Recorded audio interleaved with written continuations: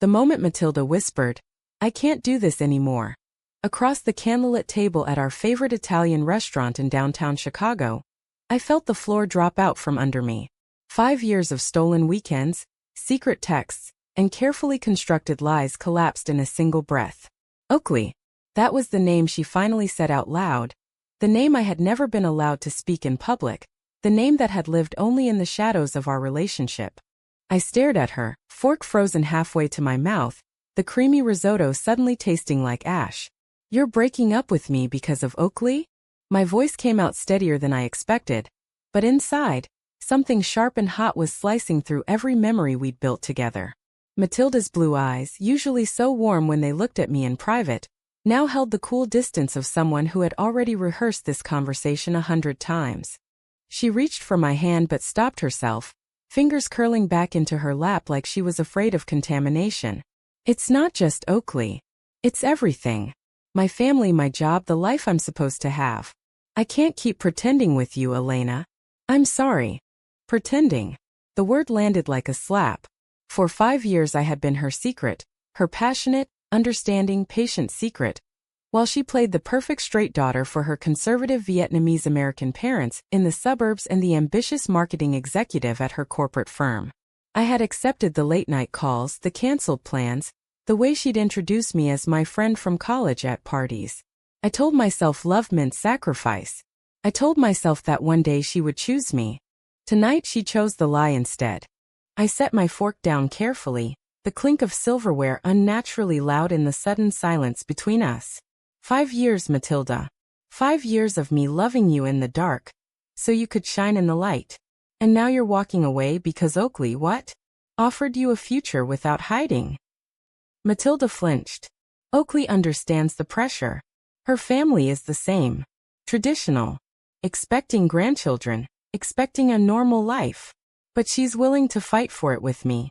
We're talking about moving to California, starting fresh where no one knows us. She wants to build something real. Real. The irony burned. What we had felt more real than anything else in my life. The way she'd trace my collarbone after we made love in my tiny Wicker Park apartment, whispering promises she never kept. The way she'd cry in my arms after every family dinner where her mother asked when she was going to meet a nice boy. Those moments had been real to me. Apparently they had only been convenient to her. I pushed my chair back and stood, legs surprisingly steady. Then go. Build your real life with Oakley. Just don't expect me to wait in the wings anymore. As I walked out of the restaurant into the cool Chicago night, the wind off the lake whipping my dark hair across my face, I realized I wasn't crying. Not yet. The shock was too deep, the wound too fresh. But beneath the numbness, a quiet, dangerous anger was beginning to stir. Anger at Matilda for her cowardice. Anger at myself for accepting crumbs for so long. And anger at this Oakley woman I had never met. The one who had apparently been strong enough to demand what I had only hoped for. I didn't know then that meeting Oakley would be the beginning of everything unraveling. The next morning my phone buzzed with a text from an unknown number. The message was short, direct, and devastating in its simplicity. "I know who you are. We need to talk. Oakley." I stared at the screen for a long minute, heart hammering against my ribs. How did she have my number? Had Matilda given it to her? The betrayal felt layered now, like an onion being peeled back one painful skin at a time. Against every instinct screaming at me to delete the message and block the number, I typed back, "Why?" The reply came almost immediately. "Because she lied to both of us. And I think you deserve the truth." I sat on the edge of my unmade bed, the same bed where Matilda had slept just 3 nights ago, her head on my chest as she told me about the big presentation she was nervous about at work. Lies upon lies. I closed my eyes and took a deep breath. Part of me wanted to run. Part of me, the part that had spent 5 years swallowing pride and pain, wanted answers. I replied. "Where and when?" "Lincoln Park Zoo. Tomorrow. 2 p.m. By the lion enclosure. Come alone." The lion enclosure. The choice felt almost cruelly symbolic. I was walking straight into the den. That night I barely slept. Images flashed through my mind. Matilda's smile, the way she bit her lip when she was trying not to laugh at my terrible jokes, the gentle way she'd tuck my hair behind my ear. Then those images twisted into darker versions. Matilda in someone else's arms, whispering the same endearments, making the same promises. By morning I was exhausted but wired, a strange resolve settling over me like armor. I dressed carefully, not to impress but to feel in control. Black jeans, a soft gray sweater that brought out the green in my eyes, my favorite leather jacket. I wanted to look like the woman who had survived 5 years in the shadows, not the broken girl Matilda thought she was leaving behind. The zoo was crowded with families enjoying the unseasonably warm October day.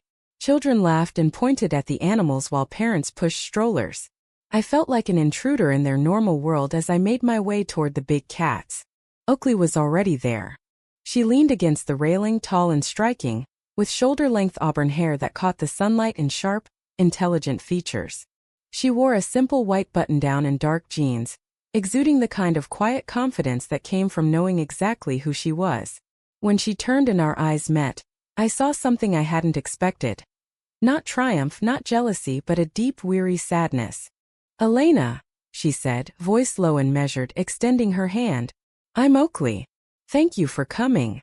I shook her hand, noting the firm grip, the calluses that suggested she worked with her hands sometimes, maybe gardening or woodworking. "You have 5 minutes to tell me why I shouldn't walk away right now." Oakley nodded, respecting the boundary. "Fair enough. Matilda and I have been seeing each other for almost 2 years. She told me you were just a college friend she stayed close with, that there was nothing romantic anymore. I believed her because I wanted to, because loving her meant believing her. 2 years. The number hit me like a physical blow. While I had been planning quiet anniversaries and dreaming of the day she'd come out to her family, Matilda had been building another relationship in parallel. Oakley continued, eyes never leaving mine. Last month she started pulling away from me too. Said she needed space to figure things out with her parents. Then 3 days ago she told me she was ending things with you to be with me fully. But something felt off. I checked her phone while she was in the shower. Found your messages. The ones from last week where you told her you loved her. The ones where she replied the same. My stomach twisted. She was texting me love messages while sleeping with you? Oakley's jaw tightened. Yes. And telling me she was done with you while still seeing you. She's been playing both of us, Elena.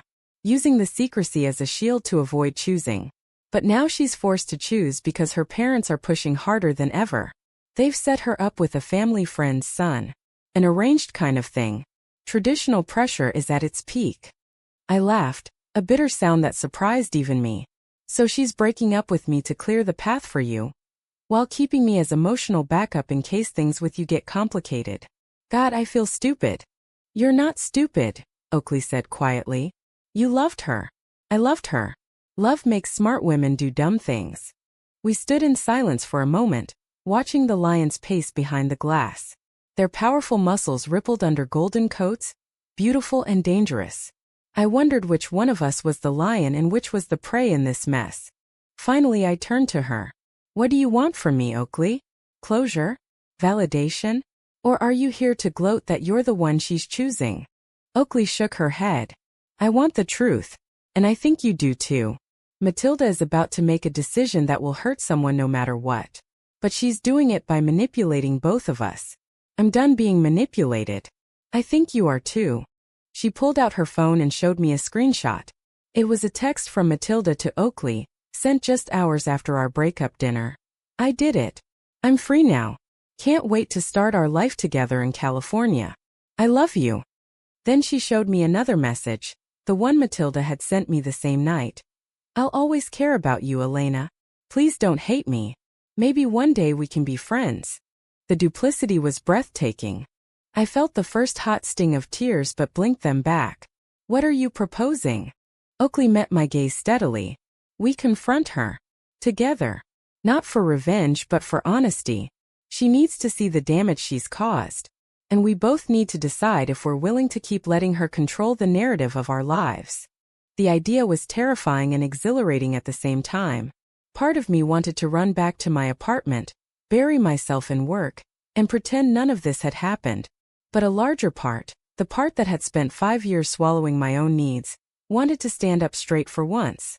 Tomorrow night, I said. My place. I'll text her and say I need to talk. You show up unannounced. We see what she does when the truth is staring her in the face. Oakley nodded slowly. Tomorrow night. As I walked away from the zoo, the autumn leaves crunching under my boots, I realized something had shifted inside me. The heartbreak was still there, raw and bleeding, but alongside it was a spark of something new. Strength. Clarity. The beginning of a choice that would cost me dearly but might finally set me free. I didn't know yet that confronting Matilda would only be the first crack in a much larger fracture. One that would force all three of us to face the hardest truths about love, loyalty, family, and what we were each willing to sacrifice. The next 24 hours felt like walking through a minefield blindfolded. I went through the motions at my graphic design job, smiling at colleagues, nodding through meetings, sketching logos that blurred together on my screen, but my mind was elsewhere. Every time my phone buzzed, I jumped, half expecting another message from Matilda or Oakley or both. Matilda texted me mid-afternoon. "Hey, I know things ended badly last night. Can we talk soon? I hate how we left it." I stared at the words, thumb hovering over the keyboard. The old Elena would have replied immediately, eager to smooth things over, terrified of losing even the scraps of her affection. The new Elena, the one who had stood in the zoo with Oakley and seen the full extent of the deception, typed back a single line. "My place. 7 p.m. tomorrow. Come alone." Her reply was quick. "Okay. I'll be there. I really am sorry, Elena." Sorry. The word felt hollow now. I spent the evening cleaning my apartment with a ferocity that surprised me. Wiping down counters, vacuuming the rug where Matilda had once spilled red wine and laughed until she cried, changing the sheets on the bed that still smelled faintly of her perfume. I wasn't trying to impress her. I was reclaiming my space, preparing for battle. Oakley arrived at 6:45, carrying 2 coffees from the shop around the corner. She handed me one, black with a splash of oat milk. Exactly how I liked it. I raised an eyebrow. "I asked Matilda once what you drank," she admitted with a small, rueful smile. "Back when I still thought you were just a friend." We sat at my small kitchen table, the silence between us surprisingly comfortable. Oakley told me a little about herself. She was a landscape architect, 31, originally from a strict Chinese-American family in San Francisco. Her parents had disowned her older sister for marrying a white man. Oakley had learned early that love came with conditions. "I've spent my whole life trying to be the good daughter," she said, stirring her coffee slowly. "Good grades, good job, good reputation." When I met Matilda at a networking event 2 years ago, it felt like finding someone who understood the weight I carried. We bonded over the pressure, the secrets, the fear of disappointing our families. But somewhere along the way, I started wanting more than secrets. I nodded, understanding more than I wanted to. I met Matilda in college. She was so vibrant, so full of life. I fell hard and fast. When she told me she couldn't come out because of her parents, I thought I was being noble by accepting it. Now I see I was just enabling her fear. Oakley looked at me thoughtfully. "You're braver than you think, Elena. Staying in the shadows for 5 years takes a different kind of strength. But maybe it's time for a different kind." The doorbell rang at exactly 7 o'clock. Matilda stood in the hallway, beautiful as always in a cream blouse and tailored pants, her blonde hair pulled back in a sleek ponytail. When she saw Oakley sitting at my table, her face drained of color. "What is this?" she whispered, stepping inside but keeping her distance. I closed the door behind her, the click sounding final. "This is the truth, Matilda. All of it. No more hiding." Oakley stood slowly, her presence calm but commanding. "We know, Matt. We know about the overlapping timelines, the lies you told each of us, the way you kept us both on strings while you figured out which future was safer." Matilda's eyes darted between us, panic rising. "I was trying to protect everyone. You don't understand the pressure from my parents. They've already threatened to cut me off if I don't settle down with someone appropriate. They've been introducing me to sons of their friends for months." I panicked. I thought if I could end things cleanly with Elena and commit to you, Oakley, then maybe I could have something real without losing my family. "Cleanly?" I laughed sharply. "You told me you loved me 3 nights ago. You told Oakley the same thing yesterday. Which one was the lie, Matilda? Or were they both lies?" She sank onto the couch, hands trembling. "Neither. I do love you both. In different ways." Elena, you were my safe place, my escape from the world. Oakley, you were my future. The one who understood the fight I'm facing. I never meant to hurt either of you. Oakley's voice was gentle but firm. Love doesn't look like this, Matt. Love doesn't require one person to erase herself so the other can stay comfortable. You made Elena your secret for 5 years. You made me your backup plan for 2. That's not love. That's fear wearing love's clothes. Tears spilled down Matilda's cheeks. What do you want me to do? Come out to my parents tomorrow? Risk losing everything, my inheritance, their approval, the life they've planned for me? I'm not as strong as you two seem to think I am. I stepped closer, heart aching despite everything. Strength isn't about never being afraid, Matilda. It's about what you do when you are afraid. I was afraid every day that you'd leave me. I stayed anyway. Oakley was afraid of losing you too, but she chose honesty. You chose manipulation. The room fell quiet except for Matilda's soft sobs. For the first time in 5 years, I saw her not as the woman I adored, but as a person trapped by her own choices, just as I had been trapped by mine. Finally she looked up, eyes red-rimmed. I need time. I can't decide everything tonight. Please just give me time. Oakley and I exchanged a glance. The confrontation hadn't brought the clean resolution I'd imagined. Instead it had opened a deeper wound. Time is what we've given you for years, I said quietly. But we're done waiting in the dark. When you're ready to face the light, really face it, let us know. Until then, don't contact either of us. Matilda stood on shaky legs and left without another word. After the door closed, Oakley and I stood in the sudden emptiness of my apartment. The air felt charged, heavy with everything unsaid. You okay? She asked. No, I admitted. But I will be. She nodded. Me too. We didn't hug. We didn't need to. In that moment, a fragile understanding passed between us. 2 women who had loved the same person and been burned by the same flame. Now standing on the other side of the fire, singed but still standing. I didn't know then that Matilda's time would come with consequences none of us could have predicted, or that the real battle wasn't between the 3 of us, but between the versions of ourselves we were willing to fight for. The days that followed were a strange kind of limbo. I threw myself into work, taking on extra projects, staying late at the studio until the cleaning crew gently kicked me out. My friends noticed the change, the way I laughed a little too loudly at their jokes, the way I avoided talking about my personal life. I told them I was fine. I wasn't. Oakley texted me once, a simple check-in. How are you holding up? I replied honestly. One day at a time. She didn't push. That respect felt new and strangely comforting. Matilda, true to her word or perhaps her fear, stayed silent. No calls, no texts, no surprise visits. The absence was almost worse than the drama. 5 years of her presence in my life, however limited, had left a hole that echoed. Then, 10 days after the confrontation, my phone rang with a number I didn't recognize. I almost let it go to voicemail, but something made me answer. Elena? This is Mrs. Tran, Matilda's mother. My stomach dropped. I had met Mrs. Tran only once, at a company holiday party where Matilda had introduced me as a work acquaintance. The woman on the phone sounded polite but strained. Matilda is in the hospital. She asked me to call you. She had an accident. The world tilted. What kind of accident? A car accident. She was driving home from work last night. The police say she ran a red light. She's stable but bruised, and they're keeping her for observation. She keeps asking for you. I gripped the phone tighter. I'll be there. Oakley was already in the waiting room when I arrived at Northwestern Memorial. She looked as exhausted as I felt, dark circles under her eyes. She called you too? I asked. Oakley nodded. Her mother called me. Apparently Matilda gave them both our numbers before the surgery. She told them we were close friends.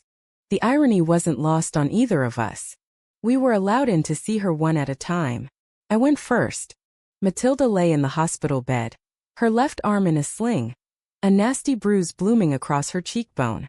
She looked small and fragile, nothing like the confident woman who had broken my heart in the restaurant. Elena, she whispered when she saw me.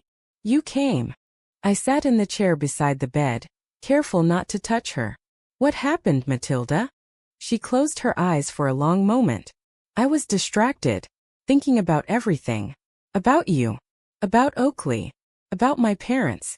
I wasn't paying attention. The light was red and I just went. Tears slipped down her cheeks. I'm so tired of running, Elena. Tired of hiding.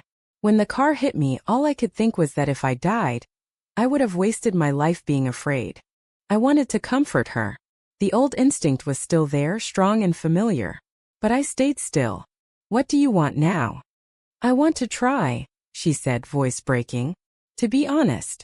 With my family. With myself. With both of you. I know I don't deserve another chance, but I'm asking anyway. Before I could respond, the door opened and Oakley stepped in.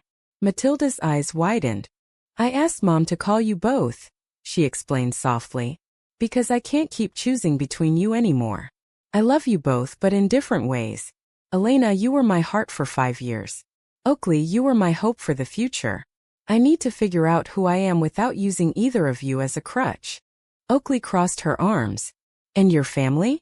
What happens when they find out? Matilda swallowed hard. I'm going to tell them. Next week. When I get out of here.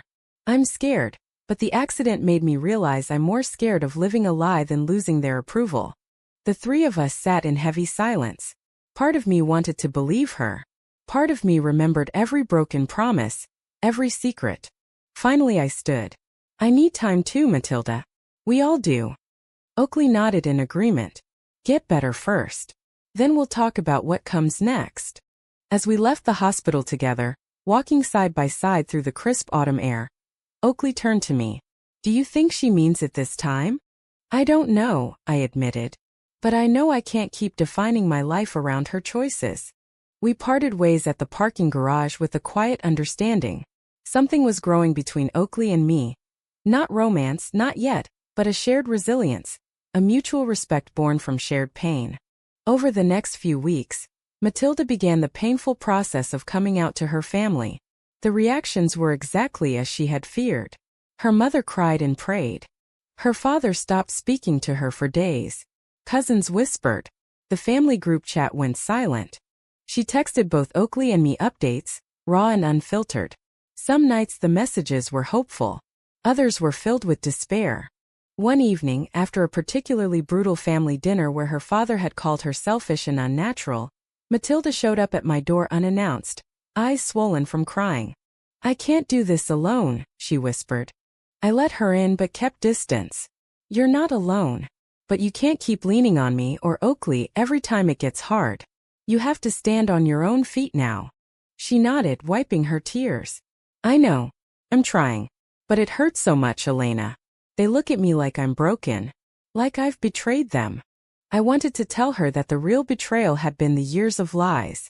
Instead, I made her tea and listened as she poured out her fears. When she left that night, I felt drained but strangely lighter. I was no longer her emotional dumping ground. I was choosing my own boundaries. Oakley was going through her own battles. Her parents, upon learning about Matilda, had renewed their pressure on her to settle down properly.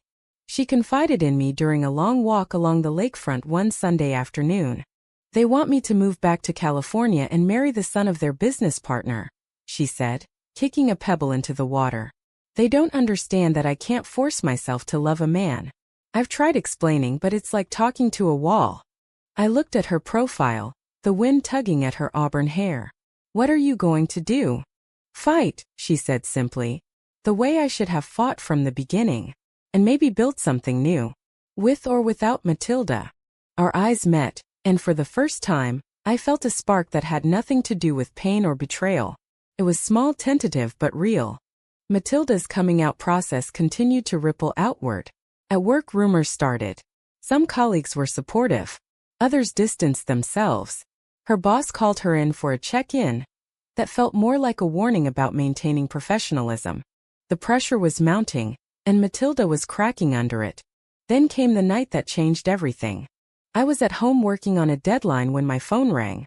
It was Oakley, voice tight with urgency. Elena, you need to come to Matilda's apartment. Now.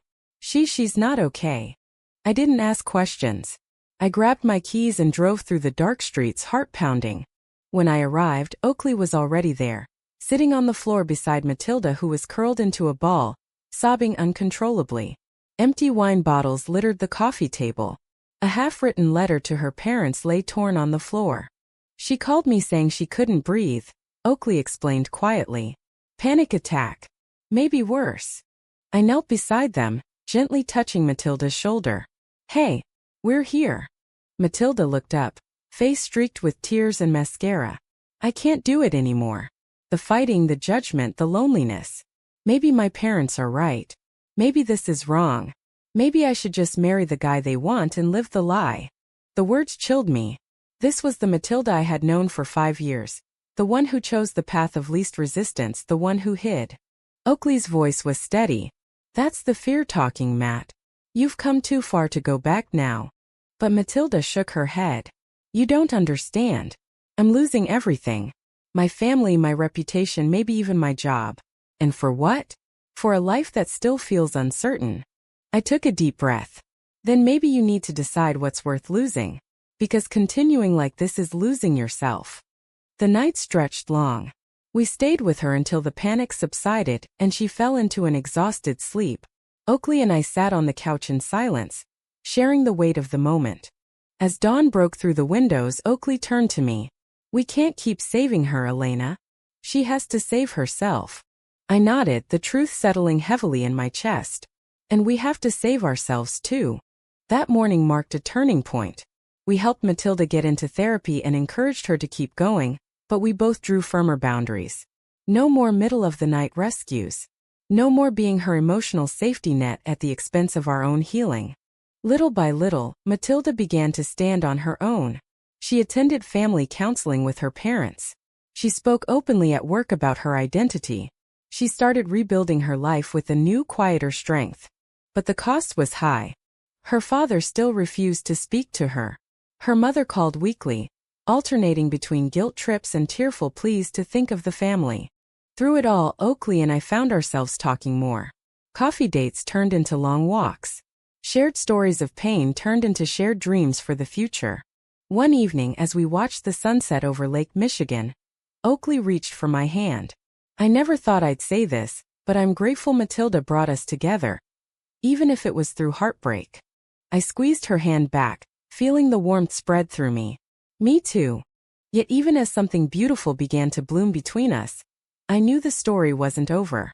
Matilda's journey was still unfolding, and the choices she made would continue to affect us all. The real test was yet to come. Matilda's progress was uneven, marked by small victories and crushing setbacks. She landed a new job at a smaller, more progressive marketing firm that celebrated her authenticity.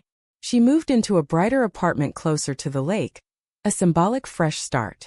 She even joined an LGBTQ+ support group, where she met other women navigating similar family pressures. But the family wound refused to heal cleanly. One Saturday afternoon, she invited both Oakley and me to lunch at a quiet cafe. It was the first time the three of us had sat down together since the hospital. The air was thick with cautious hope. I told my parents I'm dating someone, she announced quietly, stirring her latte. Not who, just that it's a woman.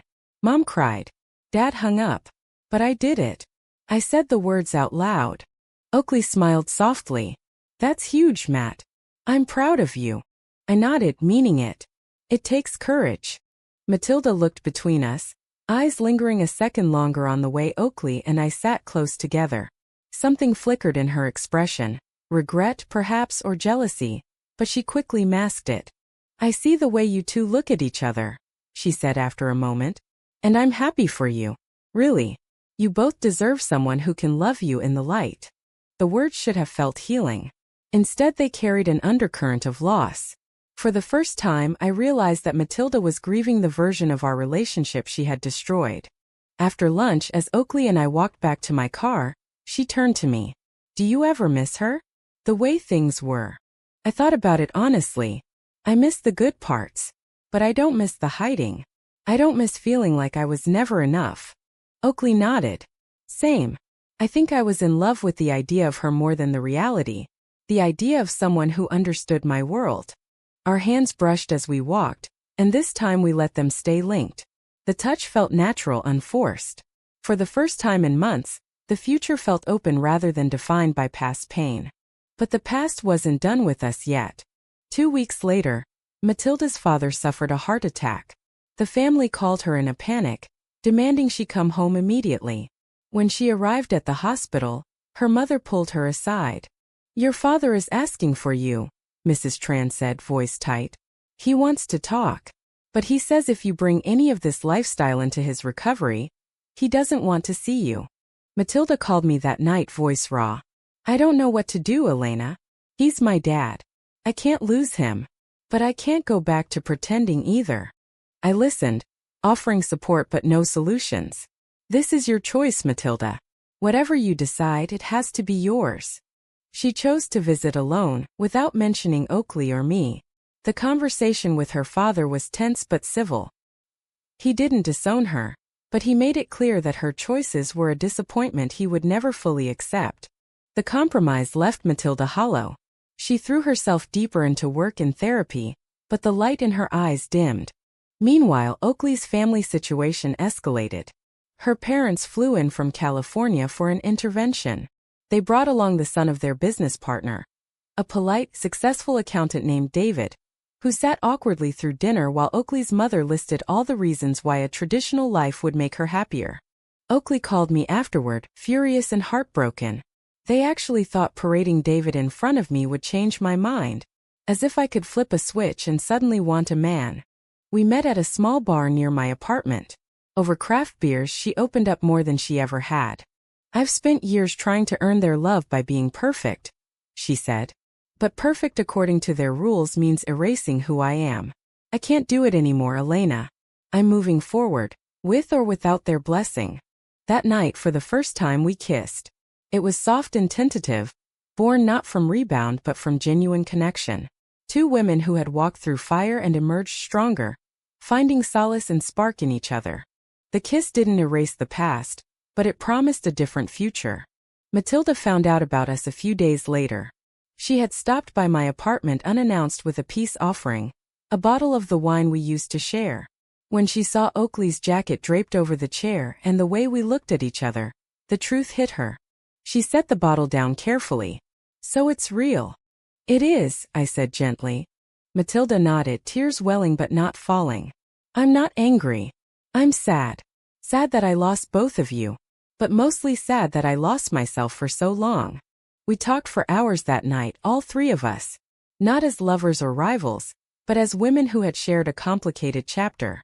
Matilda apologized again, this time with more sincerity than before. Oakley and I accepted, but made it clear that our chapter with her was closed. As Matilda left, she turned at the door. "I hope one day we can all be friends. Real friends. In the light." "Maybe," I said. "But not yet." The weeks that followed brought a new rhythm to our lives. Oakley and I began dating openly. Dinner dates, weekend getaways to Michigan, lazy Sundays reading in bed. The ease of it surprised me. No hiding. No excuses. Just two people choosing each other every day. But happiness is rarely uncomplicated. Matilda's father's health stabilized, but the family rift widened when her cousin posted old family photos on social media, with pointed captions about traditional values. The post went mildly viral in their community, and suddenly Matilda was fielding messages from distant relatives urging her to come back to her senses. The pressure triggered another downward spiral. She missed work, stopped answering calls, and retreated into isolation. Oakley and I debated whether to reach out. In the end, we sent a joint message offering support if she needed it, but respecting her space. Her reply was brief. "Thank you. I need to do this alone." We honored that. Then came the night of the gala. Oakley's firm was hosting a major charity event for urban green spaces. I was her date, dressed in a deep green gown that made me feel powerful and seen. As we mingled among Chicago's elite, laughing and holding hands openly, I caught sight of Matilda across the room. She was there with a colleague looking stunning in a black cocktail dress, but her smile didn't reach her eyes. When our gazes met, she raised her glass in a silent toast, congratulatory, bittersweet. Later, as the band played and couples danced, Matilda approached us. "You look happy," she said to both of us. "Truly happy." "We are," Oakley replied. Matilda nodded. I'm trying to get there too. Therapy is helping. I've started volunteering with an LGBTQ youth group. It feels meaningful. We talked briefly, the conversation light but genuine. No drama. No accusations. Just three women navigating the aftermath of choices that had cost us all something precious. As the night ended in Oakley and I drove home through the glittering city, I leaned my head on her shoulder. Do you think we'll ever be completely free of the past? I asked. She kissed the top of my head. Maybe not free, but stronger because of it. I wanted to believe her. But the universe, it seemed, had one more test in store.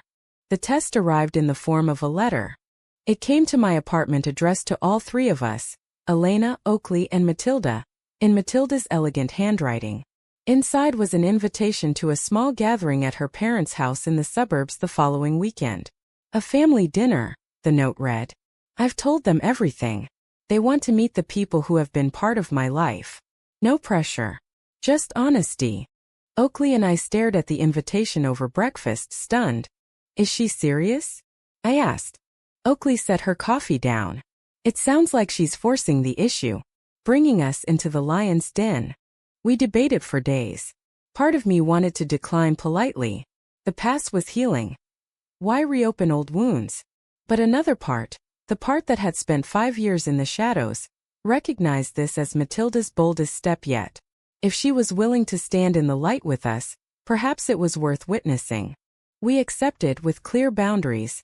We would attend as friends, not as her romantic partners. Oakley and I would go together as a couple. The drive to the Tran family home was tense. The house was a modest but well-kept two-story in a quiet neighborhood, American flag waving gently in the breeze. When Matilda opened the door, she looked nervous but determined, dressed simply in jeans and a blouse. Thank you for coming, she whispered. Mom and Dad are trying. Inside, the air smelled of pho and spring rolls, comfort food from Matilda's childhood. Mrs. Tran greeted us with tight smiles and careful politeness. Mr. Tran, still recovering from his heart attack, sat in an armchair, watching us with wary eyes. Dinner was awkward at first. Small talk about weather and work. Then Matilda cleared her throat. Mom, Dad, I want you to know that Elena and Oakley are important to me. They were part of my journey. Elena was my first real love. Oakley helped me find courage. They're together now, and I'm happy for them. I'm learning to be happy for myself too. The silence that followed was deafening. Mrs. Tran set her chopsticks down, tears in her eyes. We love you, Con. But this is hard for us. We came to this country for a better life for you. We wanted you to have everything. Marriage, children, respect. Mr. Tran's voice was gruff. We don't understand. But we're trying. For you. It wasn't acceptance. It wasn't rejection either. It was a fragile bridge. Oakley spoke up, voice steady. We're not here to change your minds. We're here because Matilda asked us to be. Love looks different for everyone. We just want her to be able to love without shame. The conversation stretched late into the evening. There were tears, raised voices, moments of quiet reflection. No one left convinced, but no one left in anger either. As Oakley and I drove home, the weight of the night settled over us.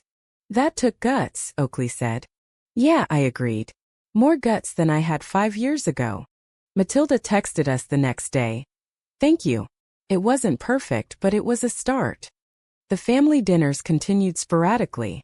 Each one was a small battle in a larger war for understanding. Matilda's mother began asking tentative questions about our lives. Her father still avoided the topic but no longer left the room when it came up. Through it all, Oakley and I grew closer. We moved in together 6 months after the gala, into a sunny apartment with a view of the lake. Life felt balanced, work we loved, friends who supported us, a relationship built on honesty and mutual strength. Matilda, meanwhile, found her own path. She started dating a woman from her support group, quiet, kind, and out to her own family. The relationship was slow and steady, nothing like the whirlwind she had with us. One evening, the three of us met for coffee. It was the first time in over a year that it felt truly easy. I'm proud of all of us, Matilda said, raising her cup. We survived the mess I made. We clinked cups, laughing softly. But life has a way of testing strength when you least expect it. The call came on a rainy Tuesday afternoon. It was Mrs. Tran. Matilda's been in an accident again. This time it's bad. A drunk driver. She's in surgery. Please come. Oakley and I rushed to the hospital, hearts in our throats. When we arrived, the waiting room was filled with Tran family members, some welcoming, some distant. Hours passed in agonizing uncertainty. Finally the surgeon emerged. She made it through surgery, but there's swelling in her brain. We won't know the full extent for a few days. She's in a coma. The news hit like a second betrayal. Just when Matilda had begun to build a life in the light, darkness threatened to take it away. We took turns sitting by her bedside. I held her hand, whispering memories of the good times, the laughter, the late-night talks, the way she had once made me feel seen. Oakley read to her from her favorite books, voice steady despite the tears. Days blurred into nights. The family rallied in their own ways. Mrs. Tran brought homemade soup. Mr. Tran sat silently, staring at his daughter as if willing her to wake. On the 5th day, Matilda opened her eyes. The relief was overwhelming. She was weak, disoriented, but alive. And when she saw both Oakley and me there, a small smile touched her lips. "You came," she whispered. "We always will," I said. "As friends." Recovery was slow and painful. Physical therapy, speech therapy, endless doctor visits. Matilda faced it with a determination we hadn't seen before. The accident had stripped away the last of her fear. She spoke openly about her identity, her regrets, her hopes. During one late-night hospital conversation, just the three of us, she looked at Oakley and me. "I used to think strength was about hiding the hard parts," she said. "Now I know it's about facing them. Thank you for showing me what real strength looks like." As spring turned to summer, Matilda was discharged. She moved back in with her parents temporarily for support. A truce that felt like fragile peace. Oakley and I continued building our life together. We talked about the future, maybe adopting one day, traveling, growing old side by side. One warm evening, as we sat on our balcony watching the city lights, Oakley turned to me. "Remember the day at the zoo? When we first met?" I smiled. How could I forget? I was so angry at Matilda back then. Now I'm grateful. Without her mistakes, I might never have found you. I leaned in and kissed her, the kind of kiss that promised forever. But the story wasn't quite finished. Matilda's full recovery brought one final confrontation. Not with us, but with herself. In the months that followed her discharge, Matilda worked harder than ever on rebuilding. She returned to her job part-time, volunteered more at the youth group, and even started writing a blog about navigating family expectations as a queer Vietnamese American woman. Her words touched many, drawing messages of support from strangers who saw themselves in her journey. Her relationship with her parents improved gradually. They attended a pride event with her one June afternoon. Awkward but present. Mrs. Tran wore a small rainbow pin. Mr. Tran didn't say much, but he stayed the whole time. Oakley and I attended too, holding hands proudly as we marched with friends. Matilda walked with her new girlfriend, beaming in a way that finally looked authentic. Life felt full circle, yet the past still cast long shadows. One crisp autumn day, exactly 2 years after that fateful restaurant breakup, Matilda asked to meet us at the same Italian restaurant where she had first ended things with me. The table was the same. The candlelight flickered the same way.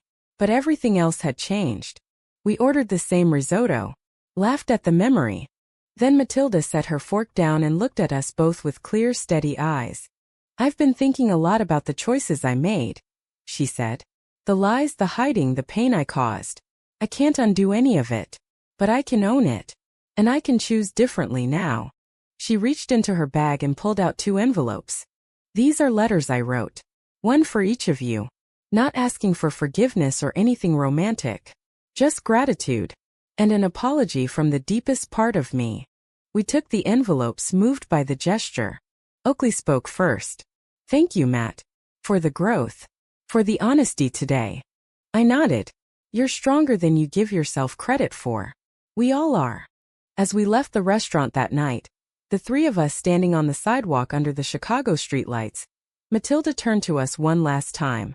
"I used to believe that love meant sacrificing who I was to keep the peace. Now I know the real sacrifice is being true to yourself, even when it costs everything. The question is, Was I ever truly strong? Or did losing both of you finally force me to become the woman I was meant to be? She smiled softly, then walked away into the night, leaving Oakley and me standing together, hands linked, hearts full of hard-won peace. The city hummed around us, cars passing, laughter from nearby bars, the distant wail of a siren. Life continued, messy and beautiful and real. Oakley squeezed my hand. Ready to go home? I looked at her, this woman who had walked through betrayal and emerged as my partner, my equal, my love. Always, I said. As we walked away, I couldn't help but wonder. In the end, who was truly the stronger one? The woman who hid for years, the one who demanded truth, or the one who learned to stand alone in the light? What do you think? Was the real strength in holding on, in letting go, or in the courage to choose honesty no matter the cost?